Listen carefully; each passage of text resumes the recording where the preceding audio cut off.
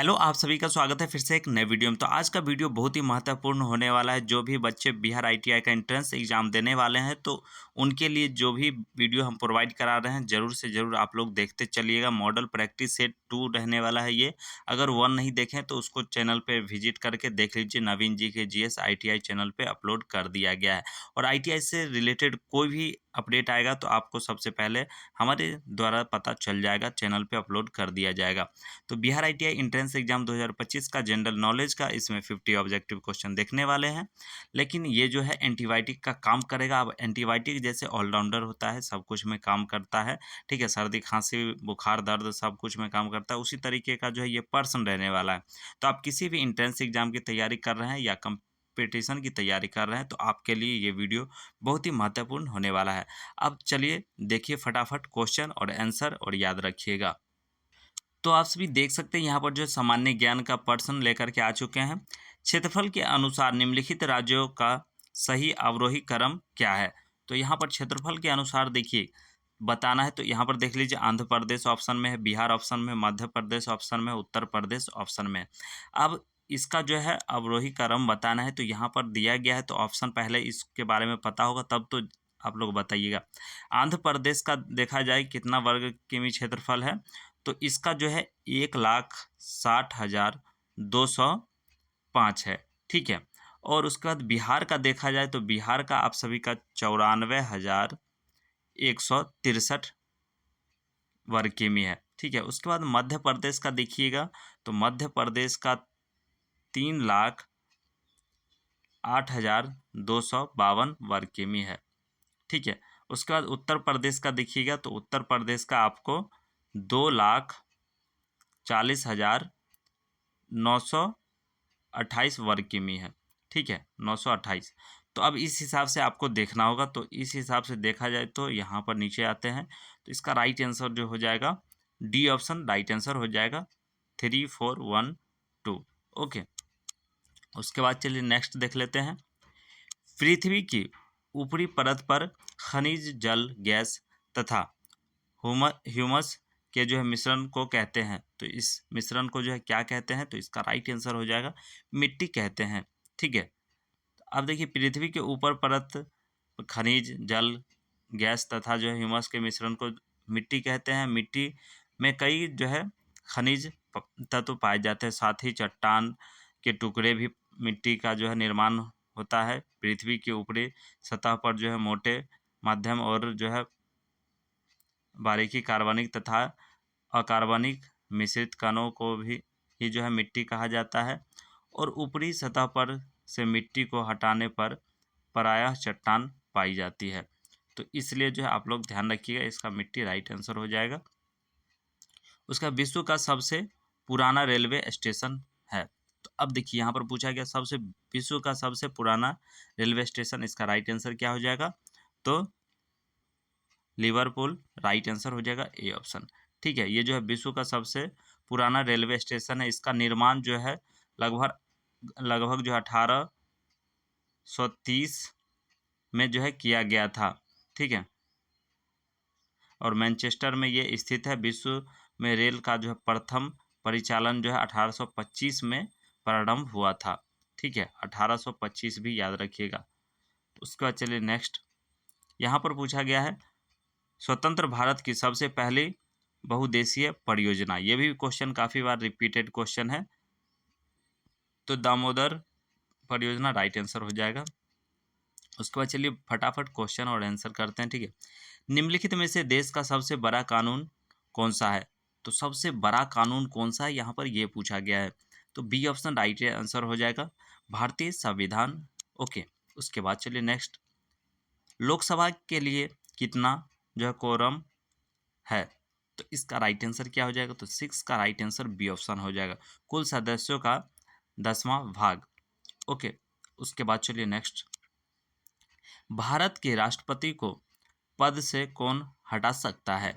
तो भारत के जो है राष्ट्रपति हैं उनको पद से कौन हटा सकता है। तो इसका राइट आंसर हो जाएगा संसद, ठीक है। संसद के पास पावर होता है जो हटा सकता है, ठीक है। उसके बाद चलिए नेक्स्ट पर्सन देख लेते हैं। यहाँ पर पूछा गया है लोकसभा को उसके कार्यकाल की समाप्ति के पूर्व ही भंग किया जा सकता है। तो इसका जो है राइट आंसर क्या हो जाएगा? तो चलिए यहाँ पर देख लेते हैं। राष्ट्रपति द्वारा, उसकी इच्छानुसार, लोकसभा अध्यक्ष द्वारा, ये दोनों नहीं है। ठीक है। उसके बाद तीसरा प्रश्न देख सकते हैं, राष्ट्रपति द्वारा और मंत्रिपरिषद की सलाह पर। हाँ, ये जो है राइट आंसर हो जाएगा, सी ऑप्शन। उसके बाद चलिए नेक्स्ट, लोकसभा चुनाव का कोई प्रत्याशी अपनी जो है जमानत खो देता है यदि उसे जो है प्राप्त ना हो सके। तो अब देखिए यहाँ पर जो है 9 नंबर क्वेश्चन का राइट आंसर क्या हो जाएगा? तो उपयुक्त में से कोई नहीं। ठीक है, यहाँ पर राइट आंसर हो जाएगा वैध मतों का इतना, तो ये उपयुक्त में से कोई नहीं, डी ऑप्शन राइट आंसर हो जाएगा। मंत्रिपरिषद उत्तरदायित्व होता है, तो मंत्रिपरिषद जो है उत्तरदायित्व होता है संसद के प्रति, यानी कि डी ऑप्शन राइट आंसर हो जाएगा। उसके बाद चलिए नेक्स्ट, वर्तमान लोकसभा में प्रत्येक राज्य के लिए संस्थानों का आवंटन आधारित है। तो आवंटन आधारित है, तो इसका राइट आंसर क्या हो जाएगा? तो ऑप्शन यहाँ पर सी ऑप्शन राइट आंसर हो जाएगा। ठीक है, 1971 की जनगणना पर। ओके, उसके बाद चलिए नेक्स्ट देख लेते हैं, यदि किसी राज्य की संविधान सभा का अध्यक्ष पर त्यागना चाहते तो उसे अपना त्यागपत्र देना चाहिए। तो अब देखिए इसका राइट आंसर क्या हो जाएगा? तो 12 का राइट आंसर हो जाएगा, उपाध्यक्ष को देना चाहिए। ओके, उसके बाद चलिए नेक्स्ट देख लेते हैं, राज्यसभा को भंग करने का अधिकार किसे प्राप्त है? अब राज्यसभा जो है उसको भंग करने का अधिकार जो है किसे प्राप्त है? तो यहाँ पर देखिए राष्ट्रपति को, उपराष्ट्रपति को, उच्चतम न्यायालय को। तो इसमें से जो है उपयुक्त में से कोई नहीं होगा। ठीक है, यानी कि डी ऑप्शन राइट आंसर हो जाएगा 13 का। उसके बाद चलिए नेक्स्ट प्रश्न की ओर बढ़ते हैं, भारतीय संविधान की प्रस्तावना के जो है सिलसिले में निम्नलिखित में से कौन क्रम सही है? अब देखिए यहाँ पर कौन क्रम सही है, यहाँ पर यह पूछा गया है। ठीक है, तो इसका राइट आंसर क्या हो जाएगा? यहाँ पर जो है गणतंत्र, ये तीनों में से नहीं होगा कोई, तो इसका जो है राइट आंसर आप सभी का हो जाएगा यहाँ पर डी ऑप्शन। ठीक है, डी ऑप्शन राइट आंसर हो जाएगा। उसके बाद चलिए नेक्स्ट देख लेते हैं, संविधान सभा के जो है चेयरमैन कौन थे? तो संविधान सभा के जो चेयरमैन कौन थे? तो 15 का जो है राइट आंसर बी ऑप्शन हो जाएगा। ठीक है, doctor Rajendra Prasad right answer हो जाएगा संविधान सभा के चेयरमैन। उसके बाद चलिए नेक्स्ट, संसद के दोनों सदनों का संयुक्त अधिवेशन आयोजित होता है। तो इसका जो है राइट आंसर क्या हो जाएगा? निम्नलिखित कूटों में से सही उत्तर का चयन करें। ठीक है, तो यहाँ पर इसका जो है कूटनीति बताना है। ठीक है, तो भारत के राष्ट्रपति के निर्वाचन के लिए, भारत के उपराष्ट्रपति के निर्वाचन के लिए संविधान संशोधन में से संबंधित विधायक को पारित करने के लिए एक ऐसे विधायक पर विचार करने और उसे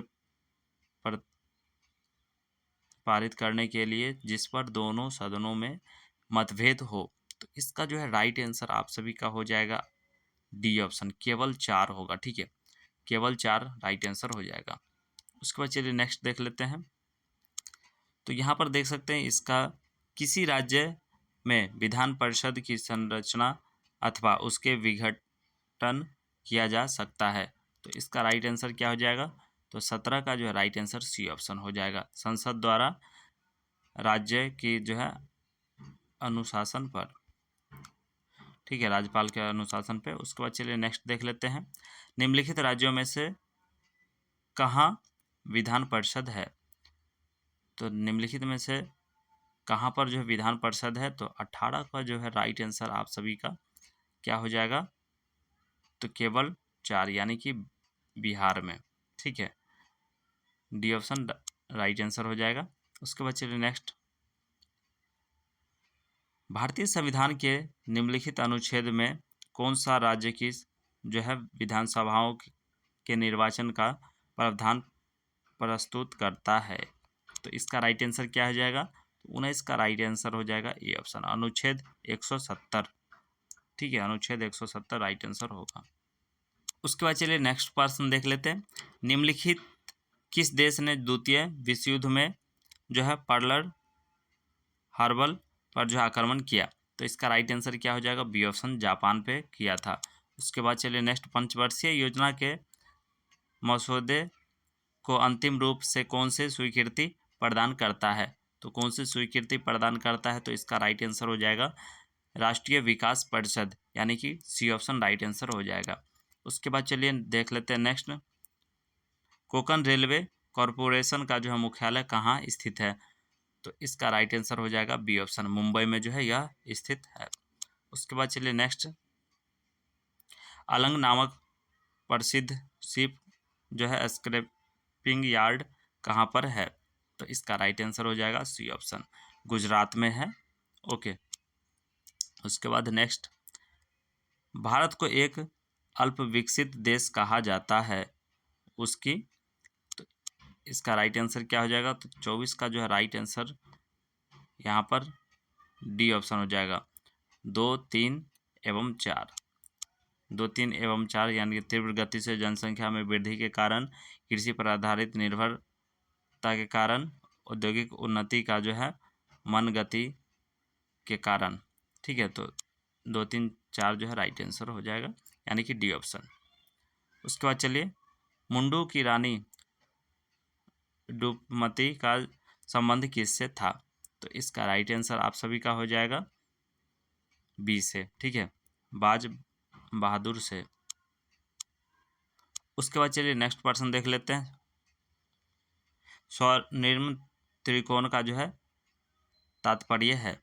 तो इसका तात्पर्य पूछा गया है यहाँ पर, तो राइट आंसर इसका जो है हो जाएगा सी ऑप्शन। ठीक है, थाईलैंड, म्यांमार आदि के जो है नशीले पदार्थों का उत्पादन करने वाले क्षेत्रों से। उसके बाद चलिए नेक्स्ट देख लेते हैं, राष्ट्रीय प्रतीक के अशोक चक्र का कौन सा रंग होता है? अब देखिए यहाँ पर पूछा गया है, तिरंगा में जो है राष्ट्रीय प्रतीक अशोक चक्र है, उसका जो है कौन सा रंग होता है? तो इसका राइट आंसर हो जाएगा, ये सब पर्सन जो है आपको ध्यान में रखना चाहिए और याद भी रखना चाहिए, डी ऑप्शन इसका जो है राइट आंसर हो जाएगा, 27 का डी, नीला। ओके। उसके बाद चलिए, ये भी प्रश्न जो है काफ़ी बार पूछा गया, नाटो का मुख्यालय कहाँ है? तो नाटो का जो है मुख्यालय ब्रुसेल में है, ये प्रश्न याद रखिएगा आप सभी।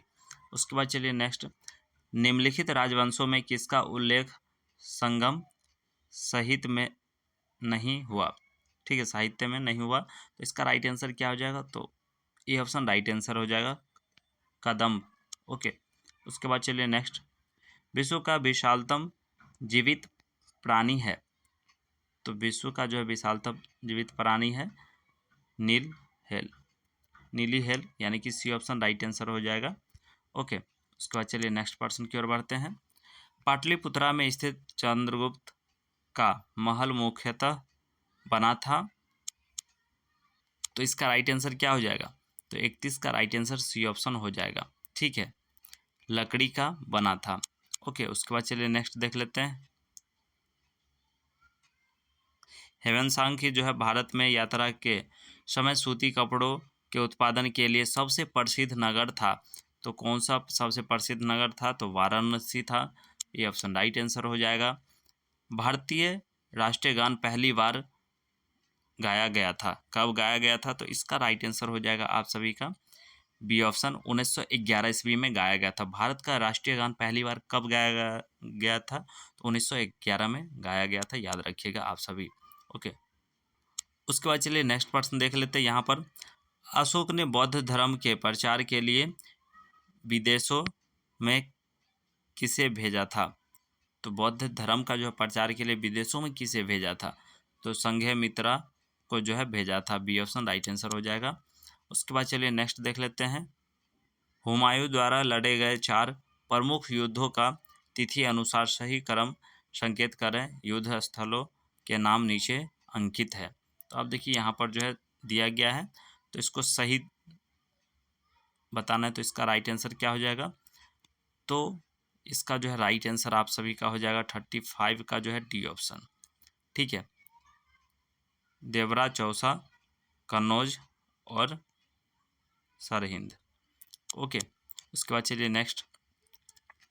निम्नलिखित में से किसे इतिहासकार ने शाहजहां के जो है शासनकाल को मुगल काल का स्वर्ण युग कहा है? तो स्वर्ण युग कहा है, तो इसका राइट आंसर हो जाएगा ए ऑप्शन, B.A. स्मिथ। ठीक है, ये ऑप्शन राइट आंसर हो जाएगा। उसके बाद चलिए नेक्स्ट। रांची किस की जो है कला व मूर्ति काल का जो है निरूपण करता है?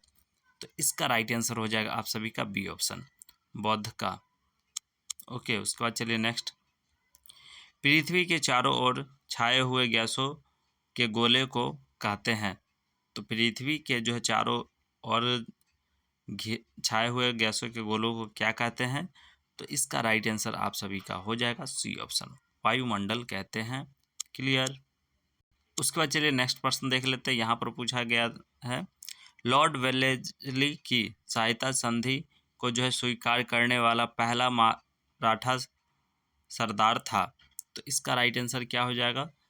तो 39 का राइट आंसर ए ऑप्शन हो जाएगा, पेशवा बाजीराव द्वितीय।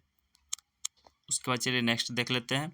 मत देने का अधिकार होता है? तो मत देने का जो है अधिकार होता है राजनीतिक अधिकार। ठीक है, राजनीतिक अधिकार।